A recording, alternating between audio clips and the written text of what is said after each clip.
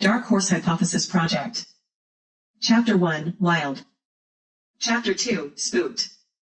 Chapter 3, Canter. Chapter 4, Tame. Chapter 5, Gallop. Chapter 6, Wander, Wonder, and the Long Ride Home. Cavalletti. 1. Life is the collapse of the probability wave function. The original and only instance of life is instantaneously and boundlessly correlated, with all of its implications, to the very first collapse of the wave function. 2. The cosmos is made of infinitely nested black holes, multidimensional fractals. Our universe is in the black hole of another universe. 3. Are we working backwards from a probability that already exists/took place? 4. Infinity is not a number. 5. There is only one mathematical solution to the infinite probability equation. Prelude, Trot. Let it be known that I have always been a person of science. At an early age, privileged enough to learn athletics and competition through sports, survival of the fittest was a concept that I took as both natural and empirical. Evolution theory has always reigned supreme. Church was attended, although sporadically. So many songs and hymns still in my head. Yet, how could anyone just blindly believe words written in a book? I have spent my entire adult life trying to get my head around that. Eventually, profound curiosity and the scientific method have led me on a path to at least respect all religions. Even an atheist is religious in his beliefs. As a child of avid campers, I was afforded the opportunity to explore all the regions of the West. A forest rain shower pounding the camper shell. The dry, crisp desert morning winds, countless group campfires staring into a fiery abyss against a pitch-black night sky, which would transform itself if you took just a few steps away from the light. Dare to look up into a universe of billions of stars where satellites and shooting stars abounded. Arthur C. Clarke and Isaac Asimov were my perfect companions. Music, advanced mathematics, engineering, programming, physics, and electronics, my only true idols were Albert Einstein and Nikola Tesla. If you are curious about the nature of things, and have a sense of adventure, it is easy to entertain oneself in the pursuit of knowledge. One never has the sense of being alone when the universe is your most sacred friend. How can you be alone in something that is everything? Oh, universe. We build on each other. Grant me the strength, wisdom, wherewithal, and fortitude to present my arguments in a clear and concise manner. Ah, humanity. The journey of ultimate truth may lead to findings that are unimpressive, pragmatic, disturbing, and uncomfortable, hard to accept if it doesn't fit a certain narrative. It's time to expand the narrative and thinking. Thank you for allowing me to share these concepts with you at this exact moment in time. Chapter 1, Wild. It was the day everything changed, while literally no one was looking. The universe didn't create life. Life created the universe. Sigh of relief. Life's original sin, miracle, the first collapse of the wave function. And life itself was created through time and iteration, first only as a probability in the wave function, for example. The Big Bang and its history only could be observed outside the wave function only after life came into existence. Do trees, or for that matter a single-celled organism, such as an amoeba, know they are among like entities? I propose that at first recognition or sensing of each other, as probabilities in the wave function, this first quantum feedback loop set off the first local collapse of the probability wave function. This first causation loop equals existence for our universe. Like a video game map that is only revealed once an area is traversed, so too does the wave function collapse, as an avalanche, as we expand our observance of our local universe. How and when the wave function first collapsed, and how it fits into the single solution to an infinite probability equation that is the cosmos, is what I attempt to describe going forward. Noise, time, probability, randomness. There is something larger than our observable universe. Here, I will refer to that larger infinity limit of the universe as the cosmos. So, although in other cases outside the scope, the terms universe and cosmos can be used interchangeably, here I refer to the cosmos as something bigger than our observed universe, which I will define the universe here as just our range of scale of the cosmos. Coherent versus incoherent. People impress me every day. Just when I get down on all the flack, infighting, low-fruit popularity contests, and dystopian critiques that get flashed in our faces, I see so many actually doing the work and creating, inventing, contributing, and achieving great things, not only for themselves but as gifts to humanity. We have come so far, and I have to say, it is this certain well of good-natured, hard-working, devoted to their craft, people, that have got us here, not technology. It is these types of people that drive us forward, and I have to believe that we will always come through and snuff out tech that is harmful to us. The societal complexity wielded to us through online media is now a norm. Until a callousness is built up, high school level popularity contests and empowered mediocrity will rule the day. A new definition of adulthood in this new age must ultimately emerge. How we handle monopolies of truth, propaganda, and hype is up to us to come to consensus on. As a society, we have always given all-encompassing license to those in the limelight. Whether it be celebrities or politicians, there has always been a culture of cancel in America. The only thing that has changed about this concept through social media is who makes up our society. To be sure, the fear-mongering is out of control. Art is the magic. Magic is the art. Yet magic is fed to the fool by manipulation. We have been, and still are being, funneled and conditioned into a predefined rabbit hole. The guardrails are not for our safety, they are for controlling the masses. The result here actually being a huge divergence of peoples, those in favor and those not, all with a convoluted mix of competing priorities. Evolution and the universe have always yearned for differences and iterations to this point in time. Are we supposed to be at a point of choosing the next stage in evolution? As humans, we are great storytellers. We are great at orchestrating energy and pixels on a screen. We are great at building gadgets and industries from the technologies of our time. We are great at rehashing the same manipulation and marketing tools, but with greater and greater precision and accuracy. However, we are getting so far ahead of ourselves. We are not going anywhere except deeper into our dreams. There are more fictional stories, ideas, and theories than non-fiction than ever in the history of humanity. And the ever-growing majority of these are completely fiction, not possible in reality, yet they morph and distort what the vast population believes is possible. This gives a hope for humanity, which is fine in itself, but what happens if there is a sudden shift in thinking or a genuine realization of the actual true probabilities of these impossibilities? Yet, we still always see only what we want to see. How many dimensions is the universe? How about infinite, with a diminishing effect the higher the dimension? The diminished effects of these higher-order dimensions create the froths and residuals that we have yet to explain. This intrigues me to the nth degree. Are there secrets in angular momentum and angular resonance that we have yet to discover? No one saw it coming. The direction of the spiral is up to us. Chapter 2, Spooked, by Infinity. When fear is not proportional to the danger at hand. Occam's razor suggests the simplest explanation is best. Today, we have theories, and more complexity in theories than ever before.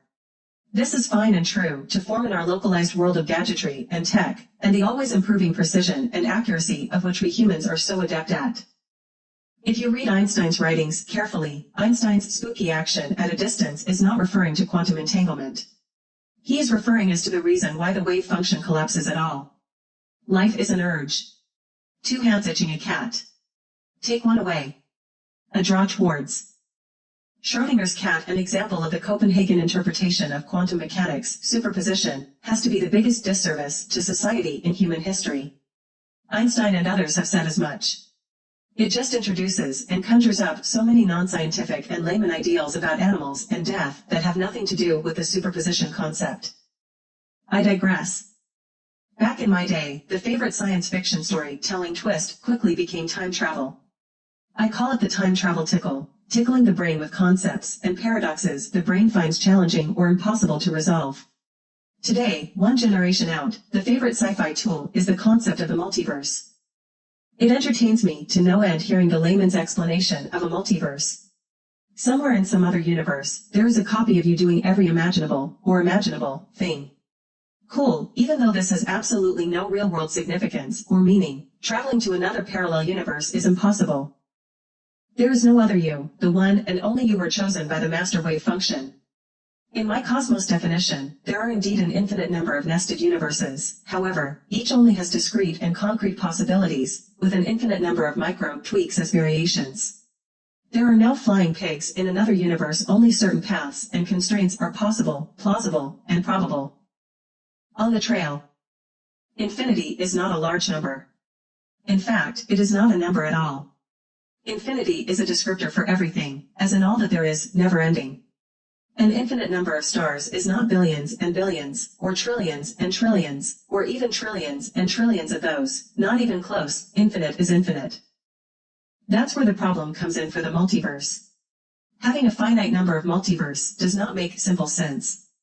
There would have to be a calculated /measured size slices of multiverse that, although maybe plausible, makes things complicated and messy. The issue with an infinite multiverse is the same issue I have always had with the universe and the spacetime we are living in. Why this universe and why the spacetime? Why is now, and not 1,000 years ago, or 100 years ago, or why are we not living in the future? Why were we born now and not then? The cosmic clock, the stride of the cosmos. Just as we have the speed limit of the universe, the speed of light, the speed of causation c, we have a cosmic clock in which all scale ranges of the infinite cosmos are relative to. Our now is relatively anchored to the first collapse of the wave function in our universe. Infinity, fear, and hope. May we meet again, my friend. There is only one solution to an infinite equation. The concept of everything and nothing. Silence is something, the absence of sound. Darkness is something, the absence of light. Void of everything is anything. Void of anything is everything. Chapter 3, Cantor. I would much rather be a pole than a zero. The scope and scale of the probability wave function is what has yet to be realized. Whether macro, infinite, or localized, quantum entanglement, the cosmos is but an infinite web of probabilities for the existers at its base. Whether these existers, the building blocks of the universe, are strings, quarks, dark energy, or anything else, is inconsequential. They are part of infinitely scaled and nested black hole fractals. Fractals are found all over nature. It would be logical to imply that they exist in the cosmos on a grand scale. In fact, I define the cosmos as the set of an infinite number of infinitely scaled and nested black hole fractals. Our universe is a black hole in another, and so on. We are but an infinitesimally small fraction of the cosmos, defined by our range of scale in it. And each scale range of the cosmos has its own cosmic buoyancy, each universe being pulled larger by the scaled effects of the one surrounding it, in this endless nested fractal system. Other people don't need to fail for you to succeed. Don't be a cantor. Don't engage with the close-minded. The point is, there had to be something. Empirically, there can only be one optimum solution to an infinite equation. Or even further, I would hazard to prove that there can only be one solution to an infinitely termed equation. Thus, like a bolt of lightning hammering through the ether along its destined path, this probabilistic solution to infinity is our universe, our cosmos. This singular and infinite mathematical probability bolt, this path, this infinite dimensional vector through all that exists, latched from the collapsed wave function that is our existence. This path was chosen, the optimized solution, the only possible mathematical solution out of an infinite number of possible paths, of all that there is in existence, infinity. There would be an infinite number of concepts, particles, energies, configurations, and infinite amount of which we could never conceive. Not a large number of things, but an infinite number of these things. Our cosmos is the only solution to the infinity equation, everything. There is no other cosmos. It must exist because the master wave function needs a solution. We are the master probability. We are the only possible state of being. We are only bound by our range of scale in our infinite cosmos. The rabbit ate the snake. AI is not sentient. It is best at organizing and applying rules with massive databases and tables. Keep finding out what doesn't work, do this enough times, and finally you're down to an immeasurably small percentage of unstable responses, time and interactions. You will not be able to tell the difference between a sentient human and a response machine. However small though, there will always be a way for, say, a hacker, to diffuse AI. A sentience will always prevail. Weaponized coding threats only exist in temporary form. Just as we have limitations and constraints in our IQ and mind computations, so true will AI always be. Take for an example of AI writing code for a virtual reality environment. So then, it could write a code for AI in the VR to write code for another VR in the VR, and so on. This system cannot be infinite and would become unstable. We must carefully monitor AI and its code, but I believe the fear on the AI side itself is fear-mongering, and the ones we need to fear are the gatekeepers of AI. The devil is in the details. The wave function probabilistic bolt is, and will always be, stable. We have nothing to fear. Chapter 4, Tame. I bathe in this well of humanity, where existence is eased, calm, and tranquil. I have waited for extraterrestrials to present themselves my entire life. As a kid, I was spooked at the concept of the Loch Ness Monster and Bigfoot. Has anyone ever found a Sasquatch fossil? No. Why? Because they don't exist. I would love to be proven wrong. I used to love watching documentaries on these subjects my entire early life, and none of these have come any closer to being proven to exist over that time. That means something. And religions can be so problematic and misused. Exploiting man in the name of God is exploiting God in the name of man.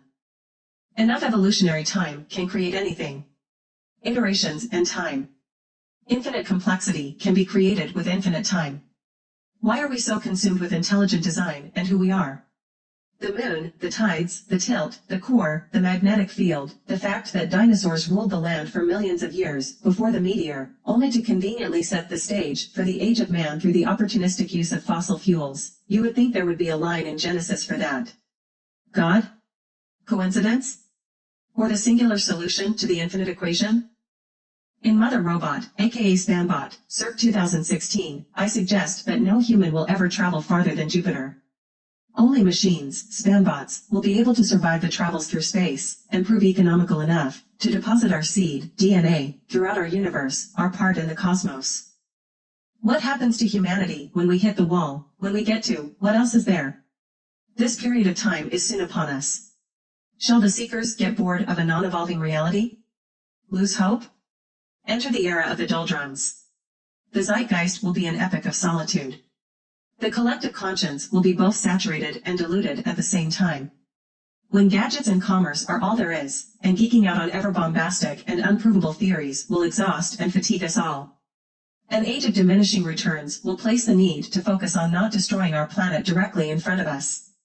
Our planet might not be the center of the cosmos, but it is indeed the origin or our probabilistic reality, our existence. Chapter 5, GALLOP. Conjure up the manic. Pent-up, orchestrated energy. Toward or away from the light, it makes no difference. Could it be that our universe resides inside a black hole of another universe? Our Big Bang was started from energies brought in from another universe. And, so, it goes for black holes in our universe. The cosmos is but an infinitely nested web of black holes/universes. And could it be, although we play out our time in one direction, like a scrubbing video player, are we only playing back what has already been recorded, a bolt/past snapshot? We define our time in one direction. What if the cosmos calculates in the other?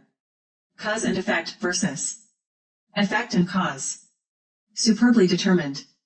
You just need to arbitrarily change the definitions. And if it has been played out already, not only per-calculated, we know what this says about free will.